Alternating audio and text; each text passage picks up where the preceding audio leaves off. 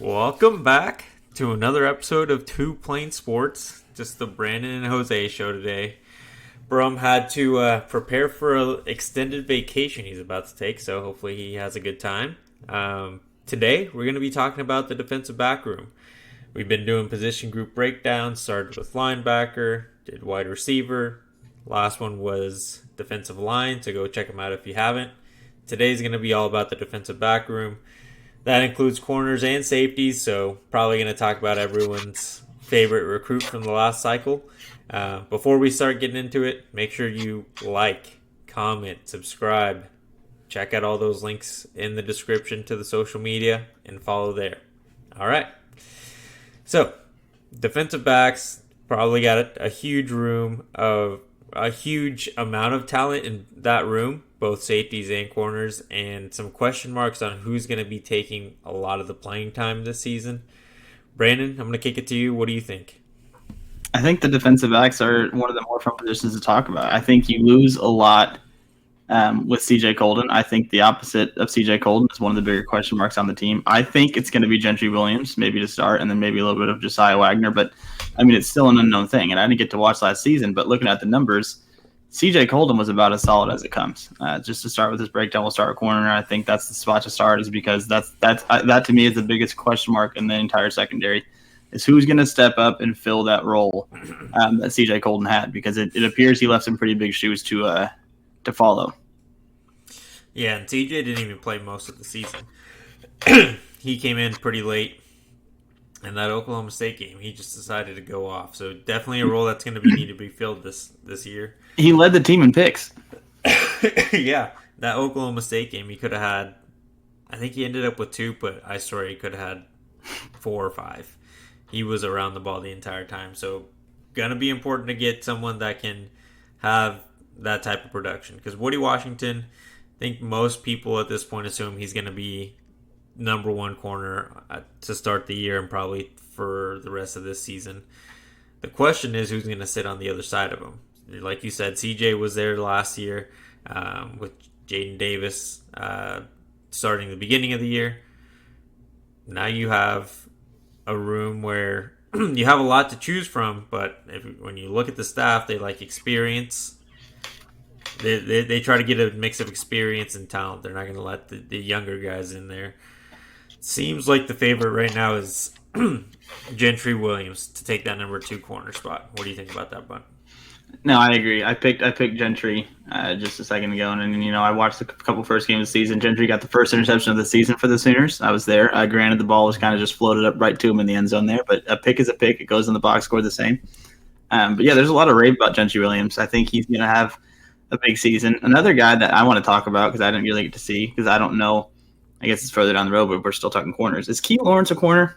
Because he kind of floated around. Is a safety with his coaching staff. Okay, he played all safety last year. Mm-hmm. Well, he didn't play much, but when he did play. The numbers don't indicate that. He had one of them. Well, he had like 58 total tackles and a pick. I swear it didn't feel that like tackle number is one of the higher among the DBs. I believe it. But the guy that I'm interested to see how he transitions in this year is Kenai Walker. It seemed like going into last season, there was a little bit of hype around him being a transfer. It seemed like he was picking things up pretty quickly. And he did get a little bit of playing time last season, but not a ton. He is the big body that Oklahoma's probably needed at corner for a long time. And if he could get some playing time, especially when you look at matchups, and I haven't really looked at the wide receiver corps, but OU's faced some large human beings in recent history, so you got to assume there's another guy out there that a Kenai Walker could step in and try to play lockdown on the bigger receivers or even tight ends. Do you have like Kenai like your slot starter? I would say I feel like Kenai's got to get some playing time. Yeah, maybe matchup. He might get a game where he gets a little bit more playing time than others, because you got to get a big body on those big receivers. Those have been killing Oklahoma for a long time, and now we saw Johnny Wilson torch OU in the bowl game.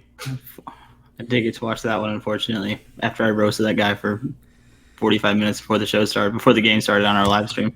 Yep. Well, we can talk about the safety now because I think that's where the most excitement is for the DB room overall. You have transferred Reggie Pearson there, who everyone's familiar with, hard hitter, returning starter, and Billy Bowman. But the most intriguing part is 5-star Peyton Bowen. How much playing time does he get? He seems to be in a position to get a lot of playing time. He might be a guy that you could think maybe if there's 3 corners out there or they put out 3 safeties, he's going to be the number 3 guy at either of those 100%. positions. 100%. I think everything that we've read and everything we've talked about in the live stream, I mean, they're getting this kid ready to play 5 different positions. Or I don't think he's going to play 5 different positions, but they're teaching him how to play at 5 different spots. That just shows that he's going to be a big contributor. They obviously view him as a very important player on this team. There's going to be a lot of packages situations where he's going to play. I can't wait to see it. The safety room is going to be interesting as hell to me because I think Peyton Bowen's going to play a lot as a freshman. I think he could potentially start down the road. I think Reggie Pearson's going to start the season as opposite Billy Bowman, but it's going to be like shuffling cards throughout the season, throughout the games until they find a solidified, starter pair. And then I still think you're going to rotate in guys like Key throughout the season. So that's going to be probably the most interesting one to watch outside of whoever finally solidifies that starting spot opposite Woody Washington. Well, and Robert Spears Jennings also had some appearances where he looked really good. It looked like a guy that played similar to Reggie, where he's downhill, gonna hit hard. It's probably the most exciting guy to watch when he was on the field. You felt like he was gonna make a big play after he did it the first time. So who knows? Maybe he gets a little bit more opportunity.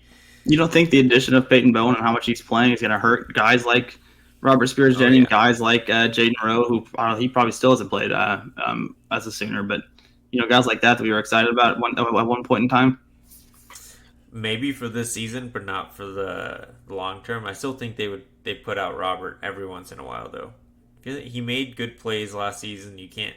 Yeah, there's a lot more talent in that room this year. Because last year, I don't know if you were here when we were talking about it, but the depth at the safety position was basically non-existent. So you had Billy Bowman back there, and sometimes you had Key, other times you had Justin Harrington. Justin Broyles was out there a lot, so you had a lot of rotating guys in the back end with Billy, and then Billy got hurt, so that's when Robert got his opportunity, and he looked good when he did. I don't know. Yeah, I mean, we'll see. And he lost Broyles, which that sucks. He played a lot, or a decent amount. It looked like. Do you think Harrington's going to play at all this year? Because we get roasted for this. Yeah, in the comment section. A lot of people, apparently, he's expected to be in high contention for the cheetah spot. I think that's where he plays for the most part. If he plays at all this season, I wouldn't expect him to be playing safety because of the talent that they did bring in. I mean, Reggie Pearson alone, I think, is probably going to get a ton of opportunities throughout the season. Then you have Billy Bowman, some of the returning guys. I don't expect Justin to be back there unless something goes really, really bad. I mean, I agree. I think of another fun question that we can do here, because with CJ Colton leaving the team last year in picks, he's obviously gone. He won't repeat. Who does lead the team in interceptions? If you want to go off last season, Reggie Pearson technically would have been the leader. I think he had 3 at Tech last year. I can double check that, but I think he had 3 at Tech, so he would have been number 2 had he played for OU. I would love it to be Woody, just because I'm assuming if he has a really good year this year, he'll have an opportunity for the NFL draft, a pretty good one, because he's been a decent corner at the collegiate level, but he's never really been a turnover machine. So I'm just gonna go pick number 2, whoever corner number 2 is, and if it is Gentry, I think he could be that guy because he can keep up with any receiver out there. I'm gonna go Billy Bowman. I think it's finally the time. He's gonna roam around, be that free safety that we thought. But I don't know. He's gonna be competing a lot, so it's gonna be hard. But I'm gonna rock with Billy. I think it was Woody. Yeah, he only had 1 pick technically on the stat sheet, but the ball that he forced to Jonah Luwalu might as well count as his interception, so 2. But Pearson had 2 as well. I was wrong with the 3. It's gonna be interesting. The team only had 17 picks last season, and you lose 7 of that with Broyles, Colden, and Reggie White all gone. Yeah, they've got some production to make up for, but it wasn't a great year. They couldn't really create turnovers. They had the defense overall was just really bad. I mean, clearly you don't get 100. I think it's 122nd or 121st ranked defense and do many good things. So hope it should be better. Everything that's coming out of camp, apparently the defense is looking better. Talk about safety or DB specifically. I mean, Peyton Bowen is being hyped up a lot, so it seems like he's going to get a lot of playing time. The we talked about it a second ago, but biggest question is where. I mean, Jay Valai and Brandon Hall, I think is because we're also focused on Todd Bates and Chavis and like what their recruitment's looking like, that people aren't really looking at how good they've made the DBs over the two years. 100%. Do you think? I guess we can wrap with this, unless you have anything else. Do you think Desai Wagner gets a significant amount of playing time? And significant, we'll say like 30% of the snaps. I would say so. I mean, who do you think would be on the two deep, right? That's what I was thinking. I think he's got to be there because I mean, especially with how they're talking about him during the season, I think he could end up being that guy who is starting in CJ's spot. You know, if things go how he can play, I guess. Yeah, I mean, it seems like two deep for the corners are Woody, Gentry, 1 and 2, and then Josiah Wagner, but either behind Woody or behind Gentry, and then maybe Kenai Walker as the other backup. And then what about Jacoby Johnson? Yeah, I was thinking about him like right when you were asking your question because he's an elite athlete. Like that's the biggest thing about him coming out of high school. He seems like he can do anything on the field. He wants to be part of the defense. That's what he was recruited to for Oklahoma. I think the fact that he was a summer enrollment is what's going to hold him back from playing much this season. But athleticism alone, he's kind of like a Jaron Kanik.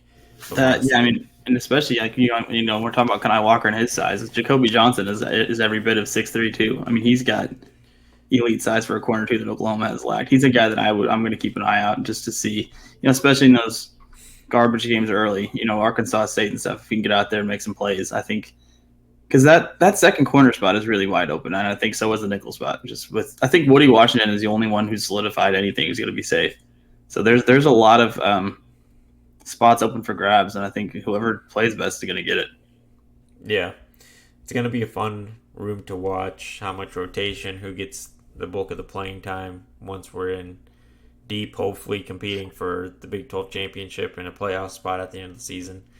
But we'll see. We'll see. It'll be fun. All right, end of video challenge. End of video challenge. We'll ask what I asked you. Who leads the team in interceptions this year? I'm rocking Billy Bowman, and I think you rock Gentry Williams, or whoever's going to start in that CB2 spot. Yep, that's my. I don't know. I hope that Woody can become a turnover machine, but it seems like he just. As long as he can just keep people from catching the ball, that's all that really matters. It's more of a lockdown situation. Well, make sure to comment down below, like, subscribe. Make sure to turn on the notification bell so that you know when we go live every Tuesday at 8:30 p.m. now. Make sure to join us. We will see you on Tuesday.